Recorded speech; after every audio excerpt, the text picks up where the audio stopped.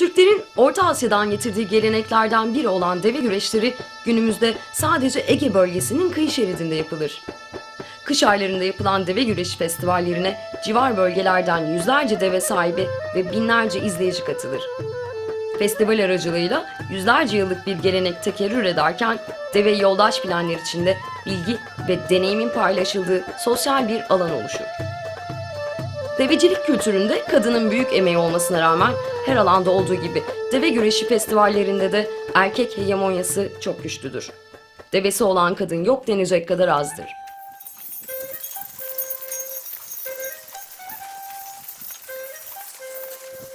Seniha teyze 14 yaşında deve sahibi olan ve bu develerle taşımacılık yapan bir deveci ile evlenir. Seniha teyzenin develerle olan hikayesi bu vesileyle başlamış olur. 37 yaşına geldiğinde kocasını kaybeder ve bunun üzerine develerini satmak zorunda kalır. Tam 36 yıl sonra kızı Habibe'nin isteği üzerine tekrar deve sahibi olurlar. Böylelikle bir geleneği yeniden ayaklandırırken babalarını da yad ederler. Seniha teyzenin kızı Habibe'nin önderliğinde tüm aile bireyleri bir takım gibi çalışırlar ve son 5 yıldır Çanakkale bölgesi başta olmak üzere tüm deveci camia tarafından tanınan bir ekip haline gelirler. Bu deveci kadınlar tüm zorluklara rağmen herkes tarafından alkışlanmayı ve takdir edilmeyi başarmışlardır. Eril bir yapının hakim olduğu devecilikte dişil bir güç olmayı başarıp farkındalık yaratmışlardır. İsmim Seniha Yüksel. 77 yaşındayım. 55 yıldan beri çobanım. 20 tavuk, 3 deve, 40 koyun, 70 kuzu, keçi 10 oğlak. Oğlaklar da duruyor, urlada gizli dururlar. Sabahla erkenden ezan Allahu Ekber mi kalkıyorum ben, koyunları savuyorum. Kuş baldır, kuş koyuverim. Sütü bırakırım eve. Koyunları komaya gider. Buradan geldi mi atlanı süpürüyorum. Evde kimse yoksa develerin önüne ilgi veriyorum. Develer uyuyorsa tıkırdatmadan içeri giriyorum. Hadi bahçeye çıkıyorum. Çok sıcak çıktı mı da çekişiyorlar.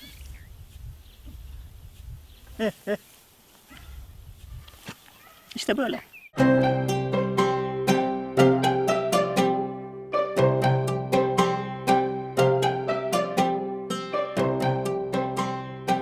İlk deveyle tanıştım 14 yaşında tanışmış oluyorum da develerle gelip gitmem açık geç dadalar olduğundan, çocuklar olduğundan açık geç oluyor. Daha evlenmeden çok eskiden çok küçüktüm. Benim evlendiğim kişinin dede, babası sağdı. Bizim de tarlada ekinlerimizi yiyor diye ösürüyordu. Ben biliyorum onu. Ösürüyordum. Yerden tizek alıyorum, şşt diyorum, atıyorum, şşt diyorum, umuruna koymuyor deve. Doğrumlayacak develerdenmiş o. Akşamüstü yayma çıkarıyor dede. İlk deve o zaman gördüm. Adım Habibe Yüksel. Çanakkale Bayramışlı Kutluoba köyündeniz. Muhasebeciyim Bayramış'ta. Bürom var. 89-2000 yılları arasında da sürücü kursunda direksiyon usta öğreticisi olarak otobüs E sınıfı sürücü belgem var. Bayramış'ta hiç kimse de bayan olarak yoktu.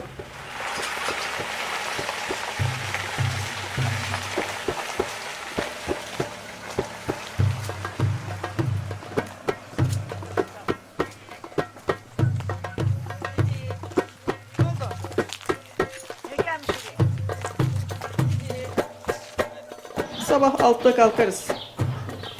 Koyunlara, kuzulara bakarız, develere bakarız. İlk zaten kalktığımız gibi işimiz devenin yanına girmek oluyor. Sıradan hepsine bakılır saat 9'a kadar. 9'da biter işimiz. 9-9.30 arası bir kahvaltı. Ondan sonra hadi Bayramca daireye. Oradaki işlemleri de yaparız. Saat 4'te vuruz kilidi gene geliriz buraya. Gene ilk gireceğimiz yer gene develen yanı. Develeri doyururuz, ondan sonra keçi koyuruz. Karıştırıp ıslıyoruz. Biraz da tuz. Siraç vardı, bitti. Her akşam, her sabah sıralan bundan kötü böyle. Yarın sabah sıfırdan başlıyorum yine. Oh. Gelsin bakalım şey. Kızım.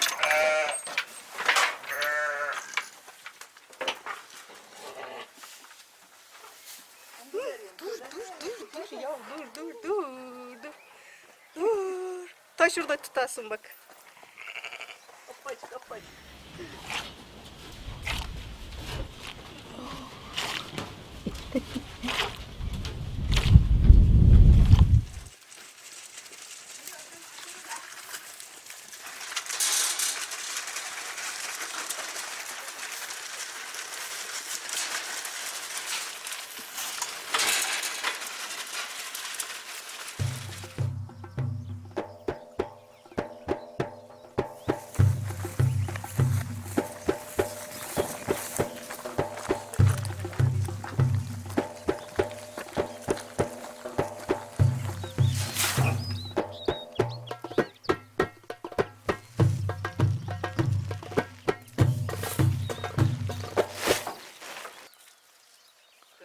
Gelecek mi diyorsun?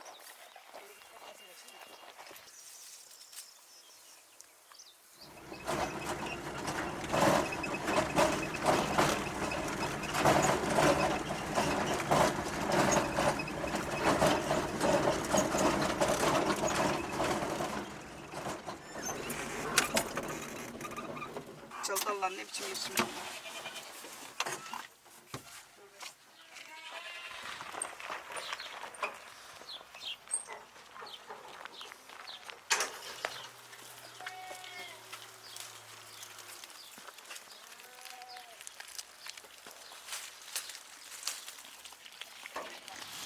Bu acı olduğundan çok severler. Yalasan acıdır bu. Ben yaladım. Bunları yenir aslında. Güvelen altına deyince kamyonun içine.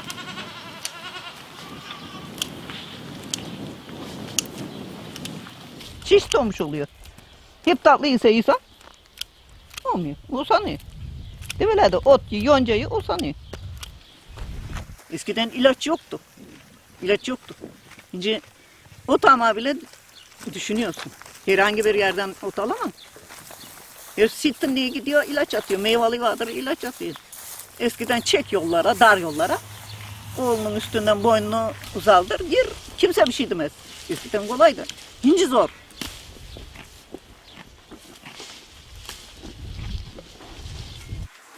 Kışın soğuklarda bunu yemesi lazım.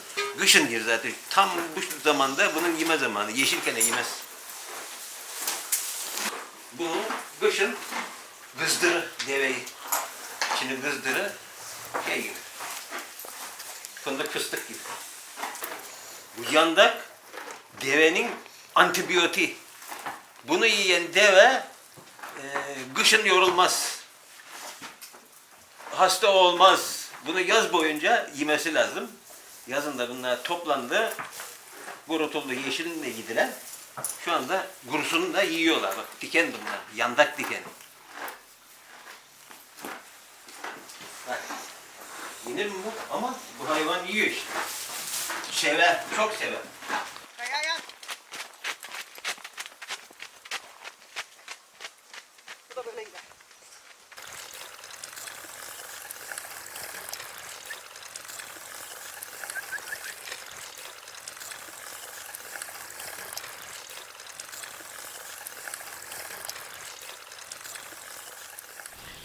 Ben Nilüfer Kırcalı, 14 yaşındayım. Çanakkale Bayramiç, Kutlova köyünde yaşıyorum. Biz mesela bu deveciliği içimizden gelerek, severek yapıyoruz. Gezip görüyorsun, insanlar tanıyorsun. Yani evde oturmaktansa öyle bir yerlere gidip dolaşmak, gezmek, insanları tanımak daha iyi yani. Köy hayatı doğal, her şey istediğin gibi yetiştiriyorsun. Yani şehirde yaşamayı tercih etmem. Köy hayatı en iyi hayat.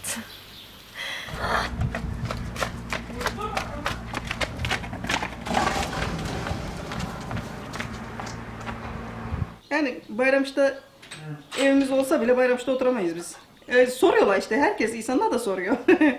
Köye mi gidip geliyor? Köye gidip geliyorum tabii. Ne yapayım? Köye gideyim geliyor. Ne yapayım ben burada dört duvarın arasında diyorum kendi onlara da. Saat 4 oldu mu kapıyı kilitlerim gelirim buraya. Doğru söylüyor teyze. Doğru söylüyor. Tabii doğru söylüyor. Oturup da ben dört duvarın arasına ben çaksın da. Duramazsın değil mi? Tabii. Bu İstanbullulara da öyle diyorum ben. Ayağımdan bağlasınlar. Dört duvarın hayatta durmam. Çünkü alıştım. Hayatta durmam. Yemek yapınca zor duruyorum içeride. Vın dışarı. Eşim eski deveci. Devesi olunca da zengin biri oluyor bu o zamanki zaman. O zaman deve katardı. 6-7 Katar'da deve oluyordu. Dağ oduna giderdi. Ormancılar tabii nakliye kesiyor. Bayramca fırınlara odun indiriyordu. Dormlayacak devi yük sarmıyordu. Onu ben yollardan lengang çekip geliyordum eve.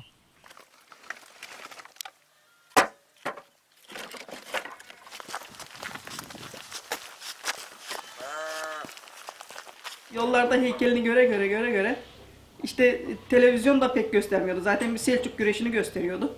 Onda hemen tık tık geçiyor o kadar. Ben diyor bugün Çanakkale'ye gittim diyor. Yollarda deve gördüm diyor. Ben diyor bugün diyor Ezine gittim yollarda deve gördüm diyor. Devenin nesli kesildi gari. Devenin nesli kesildi. Ana diyor gene. Tabii o da hinciki gibi oturaklı değil de o da cıllık. Kızım dedim. Alan bir ufak bir şey dedim. Çok paramız yok bizim. Büyüdürüz dedim. Derken o alıcısını satıcısını bilemiyor. Hinciki gibi çok yok. Bu garaj ne onun adı? Bakıyorsunuz da hep. Bilgisayar. Bilgisayarda o dediği bulmuş. Dikili dediği bulmuş. O da kendine göre yavaş yollu alıp satıyormuş da öyle. Onu denk getirmiş. Ezine'de denk geldi bir kere deve güreşi. Alam. En sonunda Orhan abiyle tanıştık. Dikili'den Orhan abiyle tanıştık. Ondan devam ettik işte. Tabii ondan sonra çevre gençleri artık. Ama biz böyle güreşin bu kadar şey olduğunu bilmiyorduk. Hani olsun da güreşmesin falan diyorduk o zaman ama öyle değilmişti iş. Şu eskiden 36 yıl önce vardı. 36 yıl sonra tekrar aynı dama deve bağlandı, girdi. İşte bu da bir sevgiden, develere olan bir bağlılıktan dolayı oldu.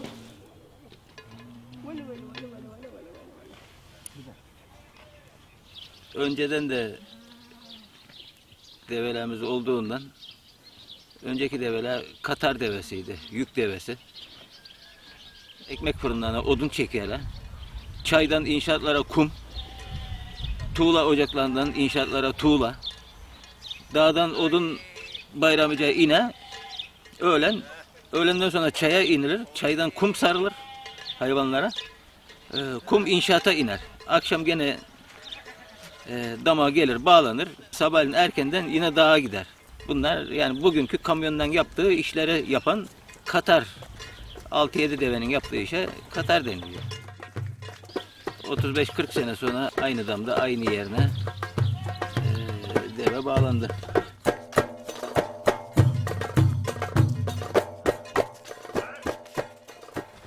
Sabah bakımı, yemi, suyu, öğlene kadar yatağında dinlenirler yeniden. Öğlen bir hafif yollu bakımda. İşte akşama birkaç saat kala damdan çıkarıp burada gezindiriyoruz bu şekilde. Yatıyorlar, kalkıyorlar, rahatlarına bakıyor hayvanlar. Biz de gidiyoruz boş zamanımızda sağdan soldan ot getiriyoruz, diken getiriyoruz. İşte şunu bunu atıveriyoruz önlerine burada serbest bir şekilde, rahat bir ortamda yaşıyorlar.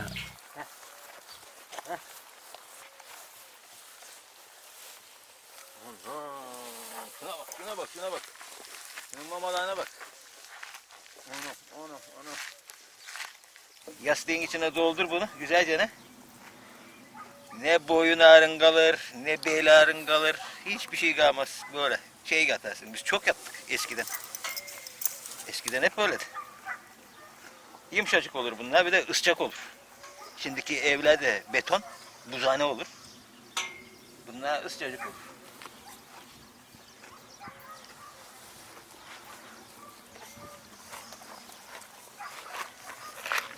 Kirine bak.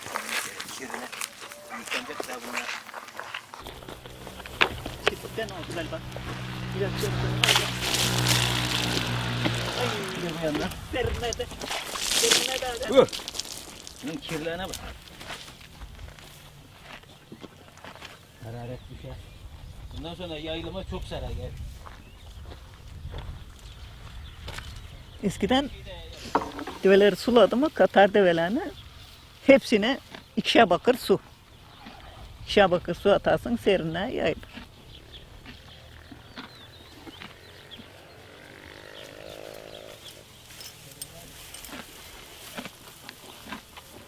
Bizim de 2009 yılında aldık biz bunları. Biri 2 yaşında, biri 3 yaşında da 2 tane aldık. 2014 yılında havutlandı. Büyük olan 2014 yılında havutlandı. Şöyle bir de yandan sıktık da şöyle. Devlet.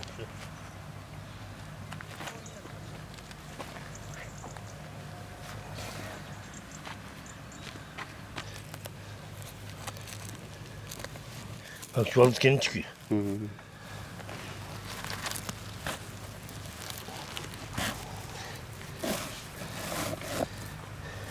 Kasım ayında havutlanır. O havudu kendi ister. Getirirsin havudu, havutlanacağı zaman getiririz. Kendi yatar. Temizleriz üstünü başını.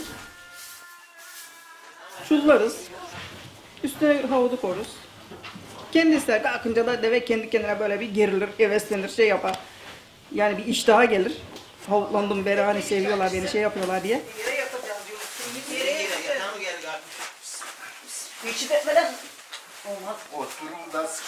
Ayakkabıya nazar değmezmiş. Özellikle bebek ayakkabısı. Hepsindeki mi? 8 aylık bir bekleyişten sonra, mücadeleden sonra büyük heyecan yine geldi, başladı. Bu büyük heyecanda 4 ay sürecek. Herkese yeni sezon hayırlı uğurlu olsun. Havutsuz güreşemez. Güreşir de ayırırken zor olur. Ayırırken zor olur. Hani ayırırken çatal kapan oluyor bazen. Kimisi sök kapa yapıyor, kimisi altta kalıyor, kimisi üstte kalıyor. Ayırırken tutacak bir tarafı olmuyor yani. Organı havada takılıyor. Bir de soğuktan korumak için. Soğuktan korumak için aslında.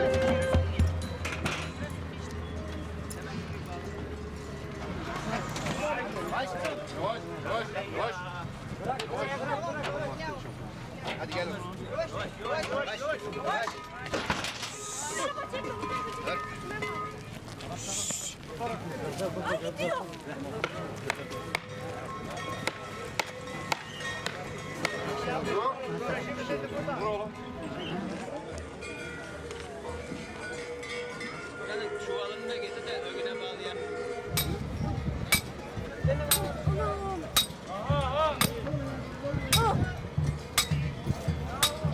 Voleybolum iyi gidiyor. Bu sene okullarda birinci olduk. Edirne'ye gittik. Edirne'de de birinci olduk. Bursa'ya gittik. Şimdi Türkiye üçüncüsü olduk. Yeşil Bayrami Spor Voleybol takımı olarak. İleride elime para geçince deve almak isterim. Şu anda hayallerimde ilk o var.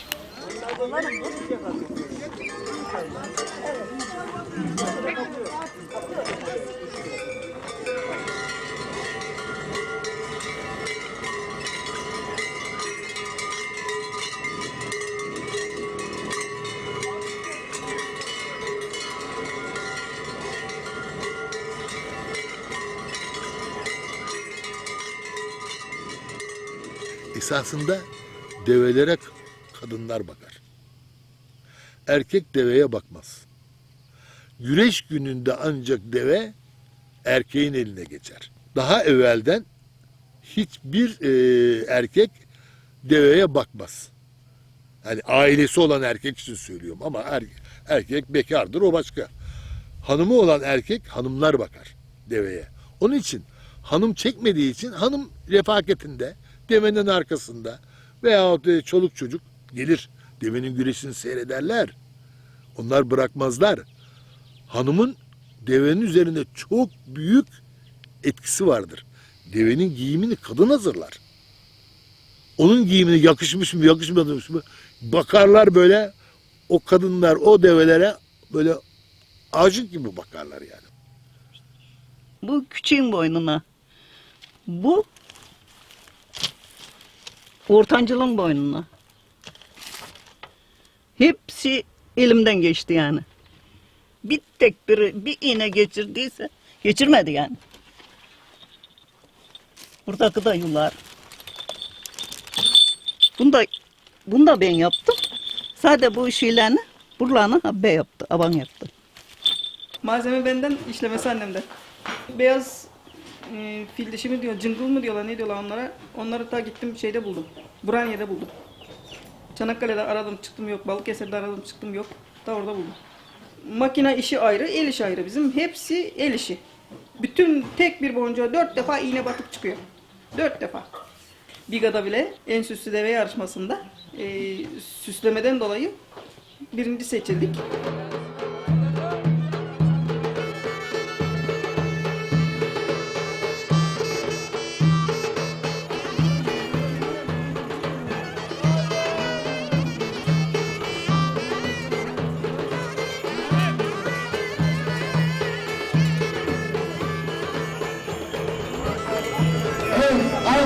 İsmail ablamızı ödülleyelim.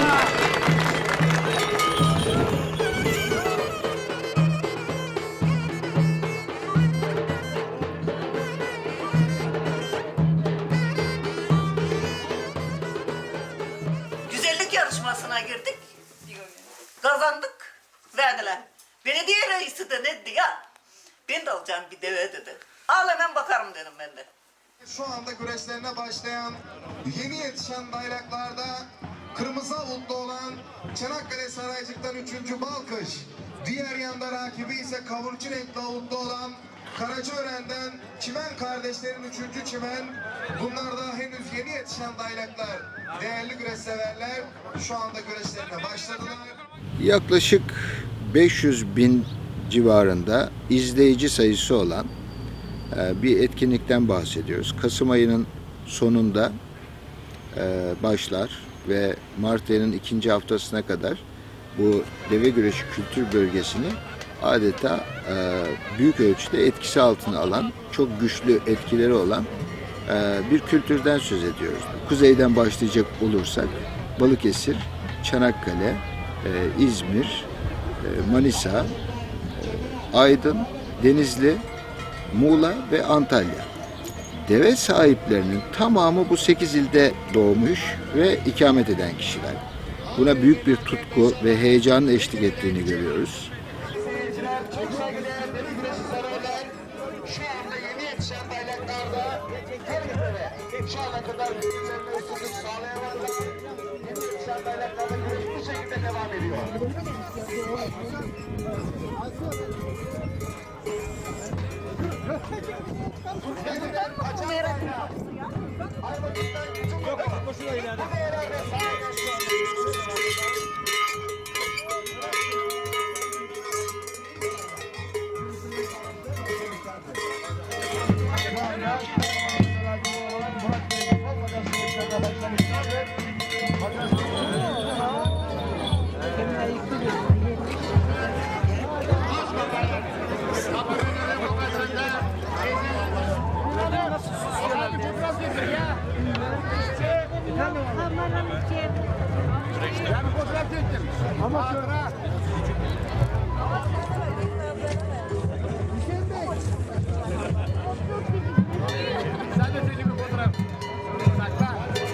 neden dünyada her yerde olmadığına gelince, bu gerçekten Türklerin Orta Asya'dan Anadolu'ya uzanan macerasının günümüze ulaşan kültürel bir damarını temsil ediyor Anadolu'da, ilginç bir şekilde.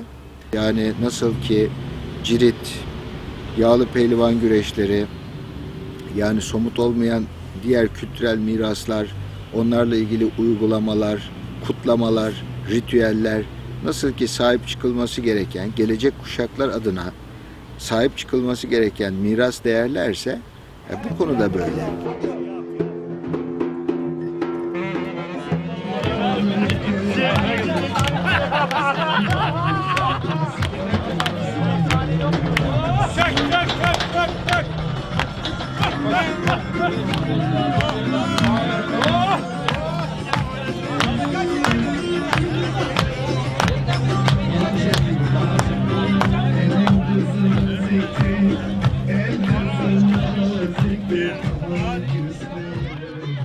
Bu deveci kültürü tamamen gönül işi. Yani sosyal bir faaliyetimiz bizim. Yani herkes sağa sola gider. Biz yazı değil şeyi bekleriz, kışı bekleriz yani. Köy yaşları açısın diye. Yani abilerimizi, kardeşlerimizi böyle bir bizim eskiden şey denir, bizim orada panayır denir. Aslında bunlar panayır gibi sosyal faaliyet. Ta Çanakkale'den Antalya'ya kadar bizim bir dostluğumuz var. Güney Marmara, Ege'nin tamamı desen, Batı Akdeniz, hatta Orta Akdeniz'e kadar giden bir coğrafyada, çok geniş bir coğrafyada herkes birbirini tanıyor şu anda. Hiç birbirimizi görmemişiz biz. Antalya'daki, Muğla'daki, Aydın'daki, İzmir'deki insanlarla birbirimizi şu anda tanıyoruz, konuşuyoruz. Gayet dostane, bilgi alışverişinde bulunuyoruz. Yani bu çok bir tutaklık, bu insanları birbirine bağladı. Çok bağlandı insanlar. Şu anda büyük bir toplum birbirine iyi bir şekilde sımsıkı bağlı. Yani burada ben işte Aydın'dan bir arkadaşın devesinden küreştiriyorum.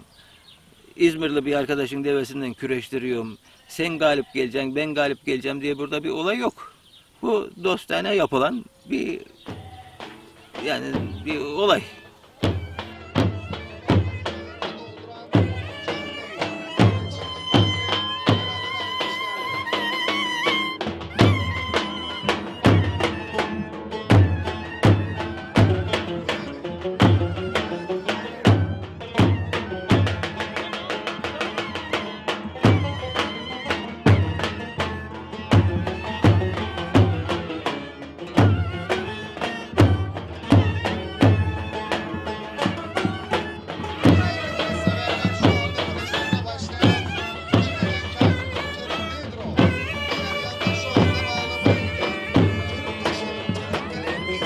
Deve güreşi bizim yıllardır, hatta asırlardır bizim Türk ulusunun vazgeçilmez hem spor, hem eğlence, hem şenlik, adına artık siz ne dersiniz? Yani o anlama gelen, birlik beraberlik gösteren, develerin de buraya gelerek o adrenalinlerini salgıladıkları bir ortamdır. Ondan dolayı asırlardır süre gelen bir geleneği biz de devam ettirmekteyiz.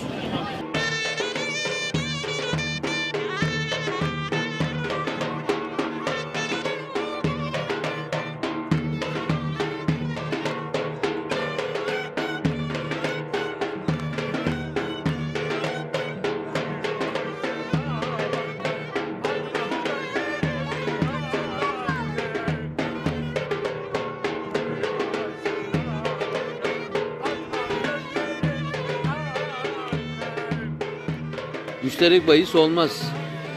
İddia olmaz. Hani bir para döngüsü olmaz. Misal diğer gizliden horoz dövüşü, köpek dövüşü yaptırıyorlar. Kaçak, kanlı dövüşler. Tabii ki bunlara biz de karşıyız ama sonuç itibariyle burada bir bahis söz konusu oluyor. Bir para konusu oluyor. Deve güreşlerinde bu tür şeyler olmaz.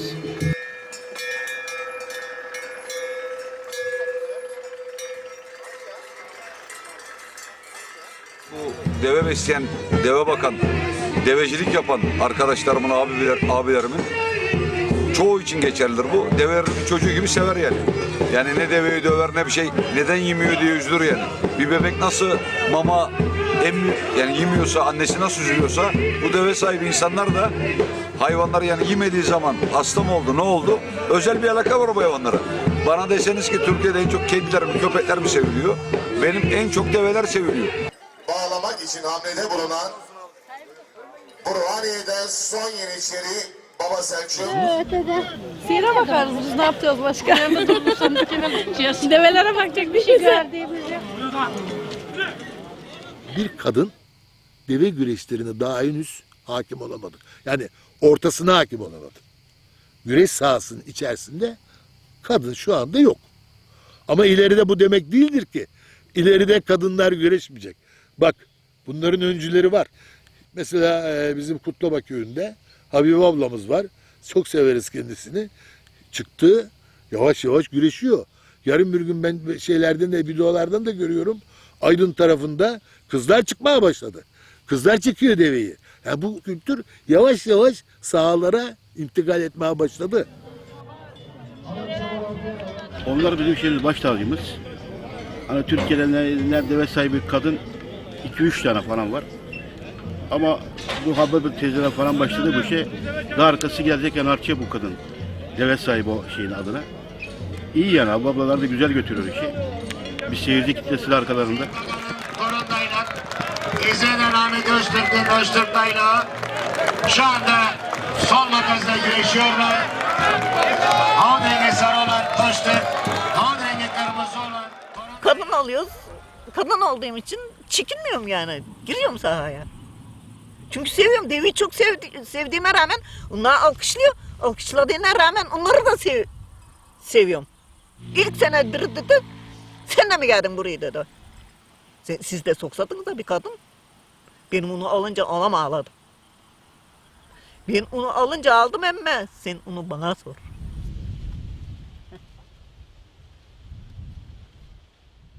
Çok dinç bir kadın. Çok da sevimli, çok iyi bir kadın. Nasıl diyeyim? Kendine güvenen, hiçbir şeyden korkmayan, yılmayan.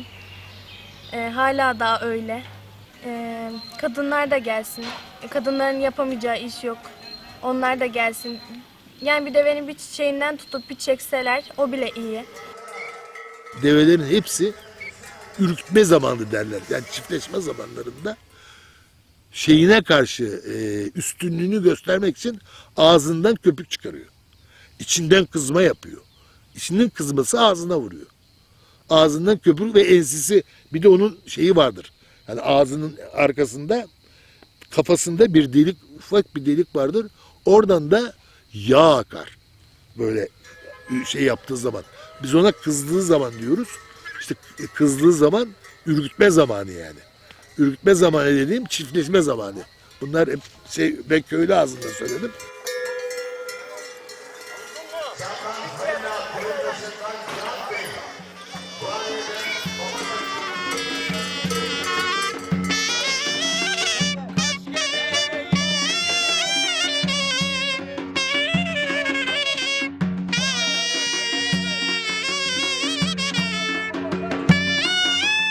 Güreşe girmeden önce güzelce ağızları bağlanıyor. Niye? Güreş esnasında hırsa kapılıp birbirlerini ısırmasınlar diye, bir yaralanma, bir zedelenme olmasın diye ağızları güzelce bağlanıyor. Ağız bağını bağlayan belli kişiler var. Herkes ağzını bağlayamaz. Ağız bağcıyım ben. İple bağlamadım, birbirlerini ısırla. Mecbur bağlıyoruz yani birbirlerine zarar vermemesi için. Bir yandan geliyor yerler, bir yandan geliyor seller. Bayramimizin hanım ağasına, Habibe ablamıza alkış yapsın o güzel eller. Cazgırlık deve güreşlerinde, tarihata sporumuz olan deve güreşlerinde develerin nasıl güreştiğini seyirciye güzel bir şekilde anlatan kişiye cazgır, eski isimle cazgır deniyor. Şimdiki tabiriyle deve güreşi spikeri deniliyor. Yani biz cazgırlar deve güreşi spikeri yeni ismiyle develerin güreş alanında nasıl güreştiklerini seyirciye anlatan kişileriz. Sabır selamet, güreşlerdir keramet. Böylesine güzel dayanaklarımız olsunlar Allah'a emanet. Sosyete hanımları yapıyor idi güzel bir kala. Türkiye'nin mega starı Bayramışlar Habib abla. Besmele'yle başlanan bir işte vardır elbet bir keramet. Habib ablamız da olsun Allah'a emanet. Evet, Habib abla 1 numara. Değerli güreş severler, baş güreşlerinde şu anda Çılgın Kamil rakibi olan ormanı bağlı. Mali müzakir olan Bayramışlar Habib abla şahane Korhaniye'den Cenk Aylar ve rakibi olan Bayramışlar Efecan başarılı güreşlerini paylaşıyorlar. Havut rengi deniz mavisi olan evet, havut rengi kar pembesi olan Korhaniye'den Cenk kardeşlerin Cenk Aylar. Hoppala! Evet alkışlar, evet alkışlar. Tamam. Sayın seyirciler, Bayramışlar Habib ablamız galip gelmiştir. Habib ablaya bir alkış yapalım. Evet alkışlar. Zaten deveyi dostla güreştiriyorsun. Düşmanla deve güreştiremiyor. Deveyi dostla güreştiriyorsun. Yani sen benim düşmanımsan ben seninle deveyi nasıl güreştireyim? Ne diye güreştireyim? Veya sen benden düşmansan sen benden deveyi nasıl güreştirebilirsin? Deve dostla güreşiyor.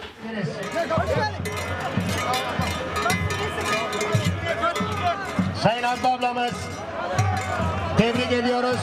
Burhaniye Eğlencilik kardeşlere çok teşekkür ediyoruz. Değerlerimizi hemen kölesliğe alalım.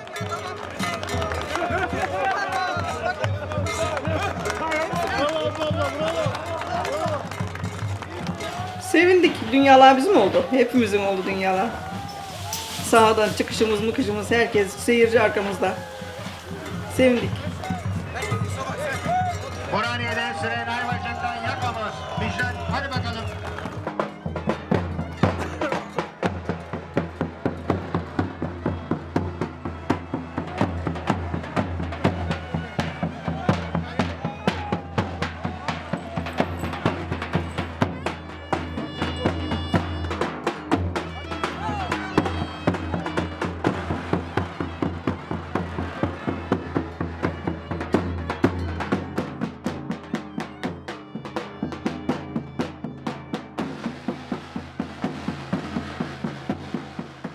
Şimdi bu işi hiçbir geliri yok. Getirisi hiç yok. Sadece hayvan sevgisi. Hayvana bakmak, yetiştirmek ve mükafat almak. Şunun değeri maddi olarak hiçbir şey. Ama bunun manevi değeri benim yanımda dağlar kadar. Dağlar kadar şunun değeri var. Bunu başarabilmek.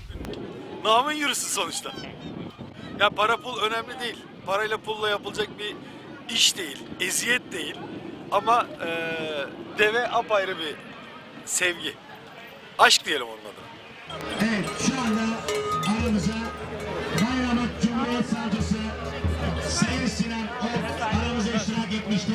Sayın Savcı Bey'le hoş geldiniz diyorum. Evet Bayramak arkadaşlar bir yönden alalım. Sayın Sinan Ok şu anda aramıza iştirak etmiştir. Bunun daylaklarından beri bu ablam bununla mücadele veriyor.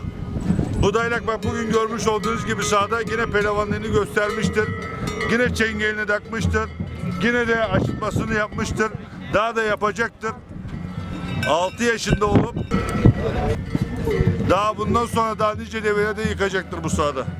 Bölgemizdeki tek bayan deveci olan Habib ablamıza Sayın Belediye Başkanımız kupasını takdim ediyor.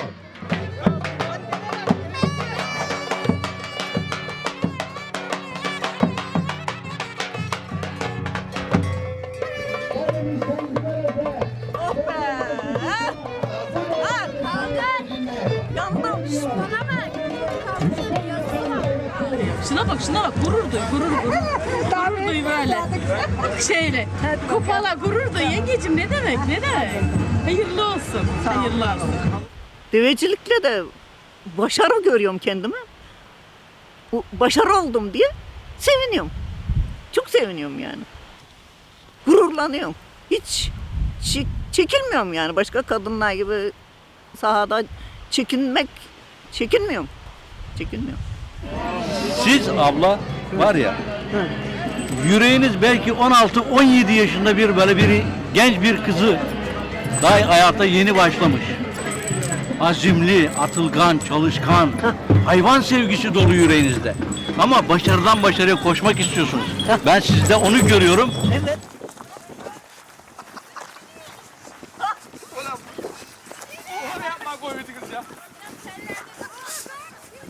Kadınlar aslında burada çok faktör oynuyor, görünmüyorlar. Burada görünen yüz Habibe ablamız. Habibe ablamız bunun görünen yüzü. Daha çok kadınlar oya işlemelerinde, develere bakma konusunda erkeklerin daha çok faydalı oluyor. Daha çok şey oluyor, yardımcı oluyorlar.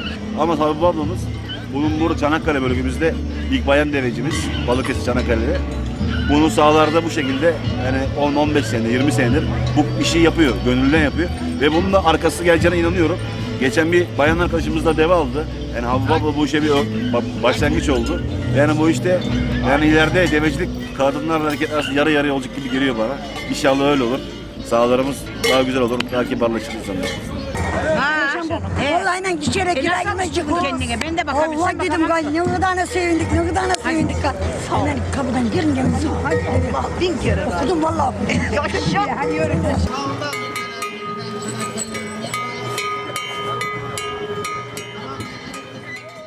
Güreşten çıkınca da galip geldi güreşten çıkınca da fıstık. Bir iki avuç fıstık. Onu da istiyor zaten kendisi biliyor alacağını. Bakınıyor. Bu fıstığı da yedim ben yemişim diyor. Galibim diyor. Hadi oğlum topla. Hadi topla.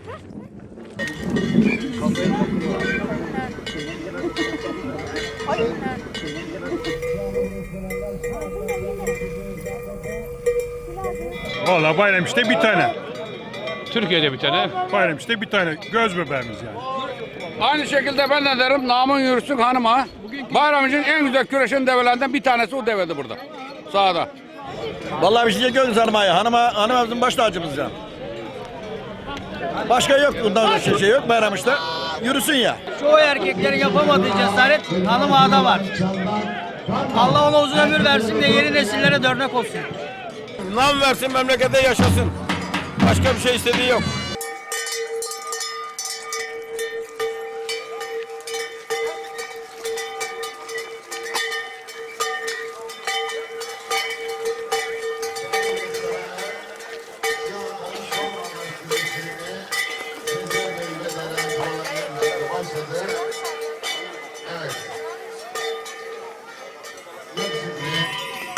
Edremit'ten Enis Bey'in Ferruha giriş yapmıştır.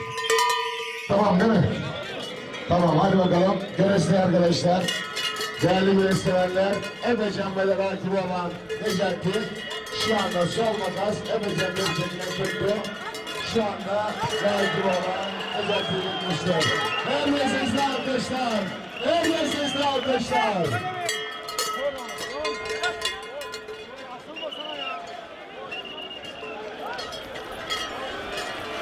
Dikkat edin arkadaşlar, Efecan'a tutun Efecan'a.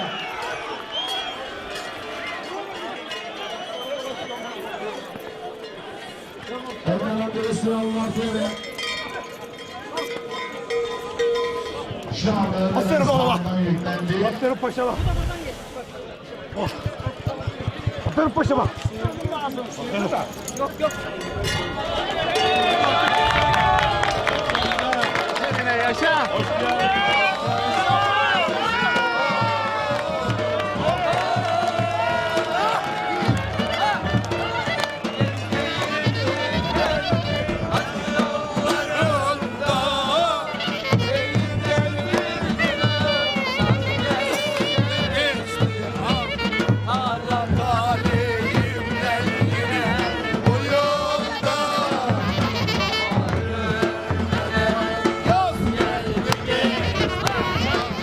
Deve sahipleri develerin üstünde bahis oynanmasını istemez.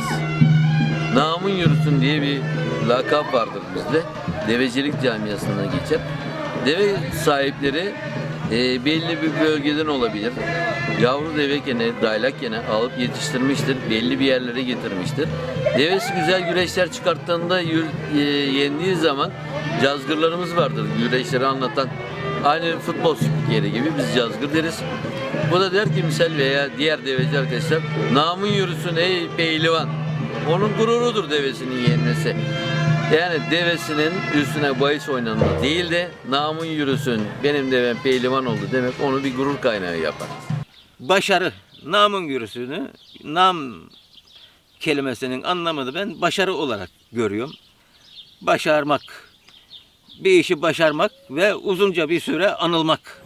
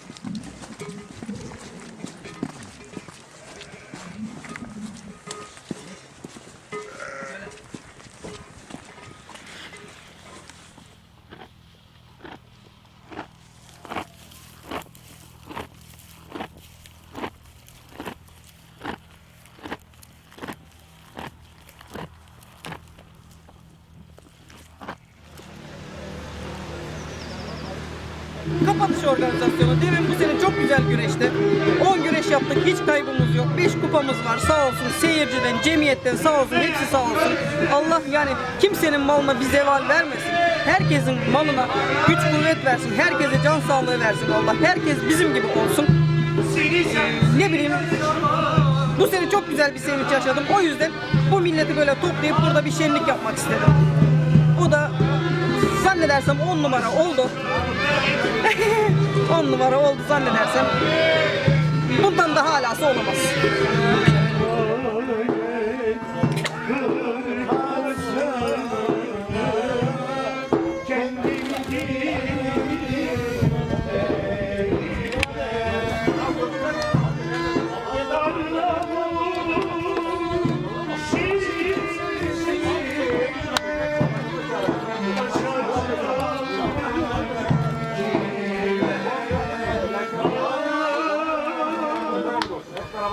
Güreş olmuş, 5 tane kupa getirmiş.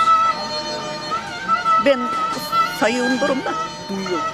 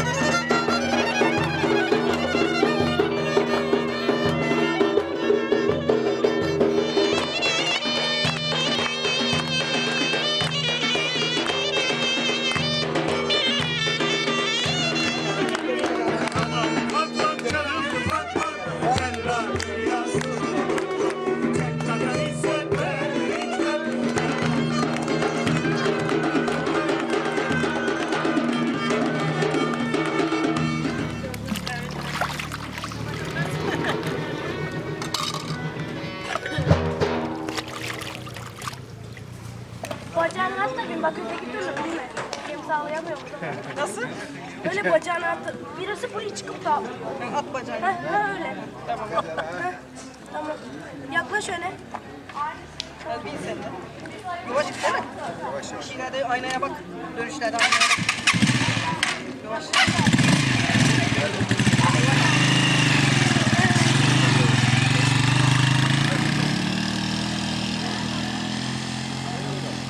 Gökyüzünde bayrakları seyrettik. Damarlarda dolaşan asil kan Bayramış Kırkpınar'ında 120 hız ile teke güreşiyor. Bayramış'tan Habibe ablamızın Efecan. Attım mı zarları düşürüyorum yeke. Bayramış'tan Efecan iniyor 120 hız ile teke. Kolla kendini rakibi, gidiyorsun Somalı'ya yüke. Ordumuz bu vatanlar için ettiği yemin. Çanakkale'nin ocağında uyandım. Nice şehit kanlarına boyandım. Selam sana hey Türk sancağı. Bayramış'tan Habibe ablamızın Efecan yaptı rakibine. Söküp kapayarak güzel bir kol bağı. Keçi kellesinden yemem paça. Keskin kılıncı vurmam taşa. Habibe ablamızın Efecan güreşiyor rakibiyle. Kıran kırana başa. Bağ babadan, zeytin dededen kalmalı. Develerinde en güzeli Habibe ablamızın Efecan gibi olmalı. Sabır selamet, güreşlerdir keramet. Sayın Habibe ablamız olsun Allah emanet.